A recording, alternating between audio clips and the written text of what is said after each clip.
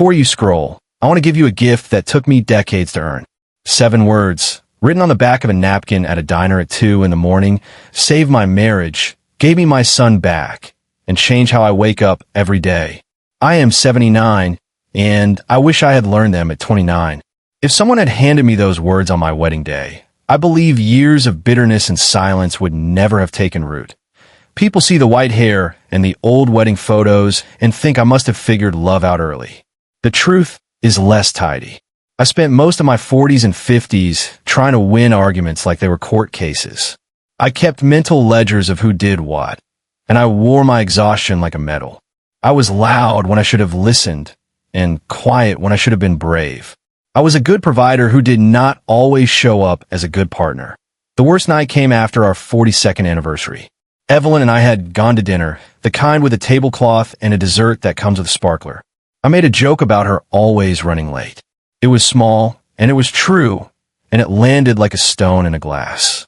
Evelyn put her fork down and smiled for the server, and then she did not say another word to me for the rest of the night. In the car, she stared out the window. At home, she went to bed without turning on the lamp. In the morning, there was a note on the kitchen counter that said, "I am tired of being a problem to be solved." I walked all day with that sentence in my pocket, as if it were a piece of gravel in my shoe. I told myself she was overreacting. I told myself I had only been teasing. I told myself I worked hard and deserved a little grace. The truth, which I refused to say out loud, was that I had been treating Evelyn like a task for years. Be more on time. Be less anxious. Be more like me. Every suggestion came dressed as help and smelled like control. That night, I could not sleep, so I drove to the 24-hour diner near our house. The cook knows me. He slid a coffee across the counter and did not ask questions. Around to a man in his 80s, he shuffled in and sat beside me. He had the kind of face that looks like it has been listening for a long time. We did not talk. The neon light buzzed. I thought about my daughter, who had stopped calling as often. I thought about my son, who had not returned my voicemail for 3 weeks. I thought about Evelyn closing her eyes when I started to explain myself. I pulled a napkin from the dispenser and I wrote a sentence. It was not poetry. It was not a grand vow. It was 7 simple words that felt like taking off a heavy coat I had been wearing for years. I stared at them until the letters blurred. I said them under my breath until they felt like mine. I might be wrong. Please help me understand. 7 words. Not an apology that begs for a quick pardon. Not a speech that shifts blame in circles. A door. A door I had not opened in decades. I paid for my coffee, folded the napkin like a treasure, and drove home while the sky turned the color of a bruise just before dawn. A tea breakfast. Evelyn was standing at the sink, staring at nothing. The kettle hissed. The dog thumped his tail against the cabinet. I wanted to say I was just joking. I wanted to say I was under a lot of stress. Instead, I walked over, touched her shoulder, and said the 7 words. I might be wrong. Please help me understand. Evelyn looked at me like I had spoken a new language. Her eyes filled, and she did not speak for a full 10 seconds. Then she told me what the joke had felt like inside her bones. She told me about the 1,000 small jabs, the way helpful advice can sound like a verdict, the way time together had become a test. She was always failing that I did not argue. I did not build a case. I repeated the words when I felt my chest tighten. I might be wrong. Please help me understand. She kept talking. She told me I interrupt. She told me I start fixing before I have finished hearing. She told me it is lonely to love someone who treats you like a project manager. I listened, not as a defendant, but as a student. Here is the strange mercy of those 7 words. They did not erase what had been said or done. They simply let the room breathe. They turned down the volume on my pride long enough for me to hear a signal under all the noise. The signal was this. Evelyn did not need me to be perfect. She needed me to be with her, curious about her world, gentle with her fears, and willing to be changed by what I learned. That I would love to tell you that 1 napkin and 1 breakfast solved us. It did not, but it changed our posture. It turned our marriage back into a partnership. It taught me that humility is not humiliation. It is a kind of strength I had never practiced. The 7 words gave me a way to start again, without pretending the past had not happened. A week later, I tried the words with my son, Mark. We had argued about money months before.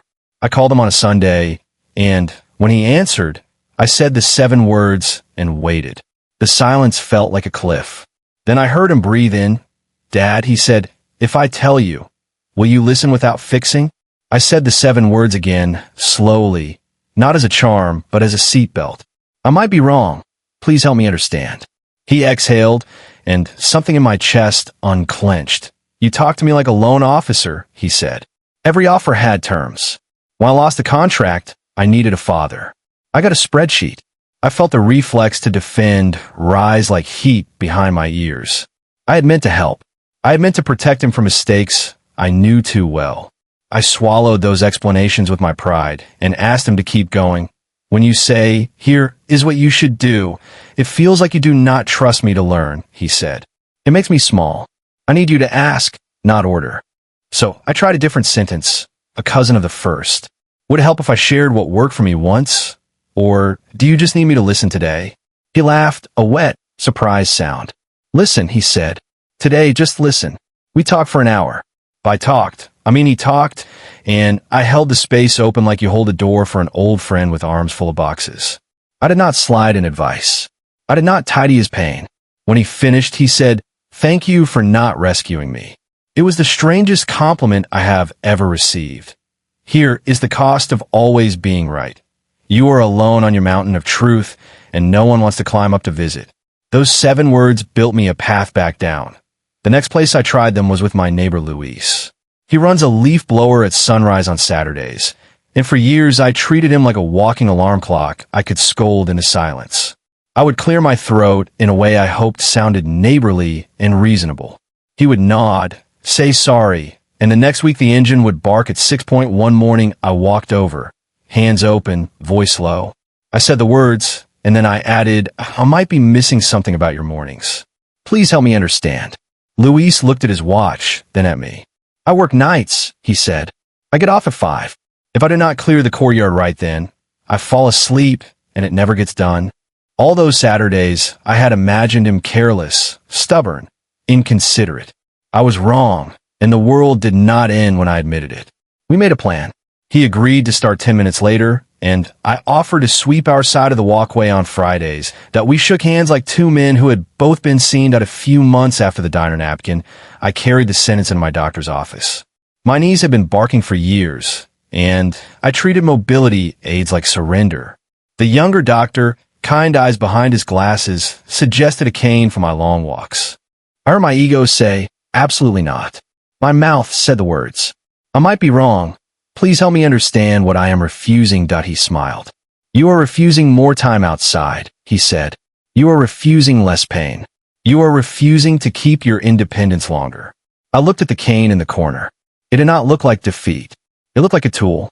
Tools are not insults. They are bridges. I took the cane home. That afternoon, I walked to the pond and watched a heron lift its body out of the water like a careful prayer. If pride had been in charge, I would have been inside, sulking about the unfairness of cartilage. Humility gave me a bird.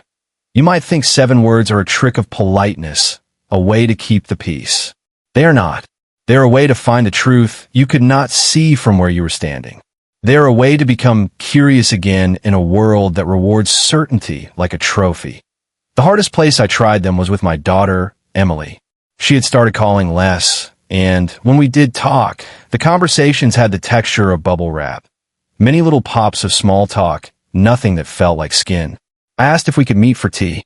She agreed, with the kind of caution you use when touching a hot pea and at a tea the cafe. I told her I missed her without making a charge. Then I said the sentence that had become my bridge. "I might be wrong. Please help me understand why it has been hard to call." Emily stared at the steam rising from her cup.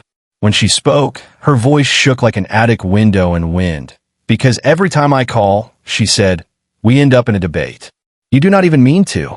You turn my life into a seminar. I tell you a story and you grade it." It hurt to hear. It also felt like medicine finding the sickness. I told her she was right. I told her I was learning. I asked what would help. She said she wanted me to ask more questions and to enjoy her without editing her. I wrote that down like homework I wanted to pass, that we started a new ritual. On Thursdays, she calls, and I'm only allowed to ask questions for the first 10 minutes. No advice. No follow-up emails full of links. Just questions and then delight. The first Thursday felt like trying to write with my left hand. The third felt like music I used to know by heart and had forgotten that why summer the bubble wrap was gone. Pauses felt like breathing, and laughter took both our hands. Humility did not make me smaller. It made the room bigger. It gave love a chair, and it finally stayed overnight. Late in August, I drove back to that diner with a napkin in my wallet, crease soft as cloth. I wanted to see if the man from that night would return, as if he were a lighthouse keeper whose only job was to make sure stubborn sailors like me found shore. He wasn't there. I ordered coffee anyway, set the napkin on the counter, and traced the letters with my finger like a prayer print.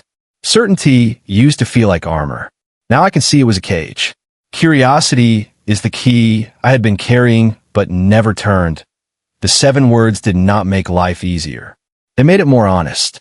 That is the trade I didn't know I was allowed to accept. Easier can be numb. Honest is awake.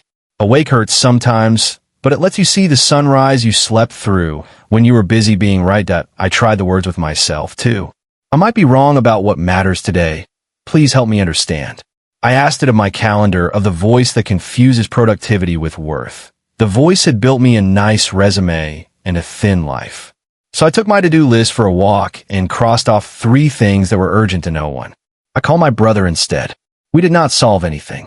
We laughed about a childhood dog that would only fetch shoelaces, and for a full minute, I felt the floor of time steady under my feet.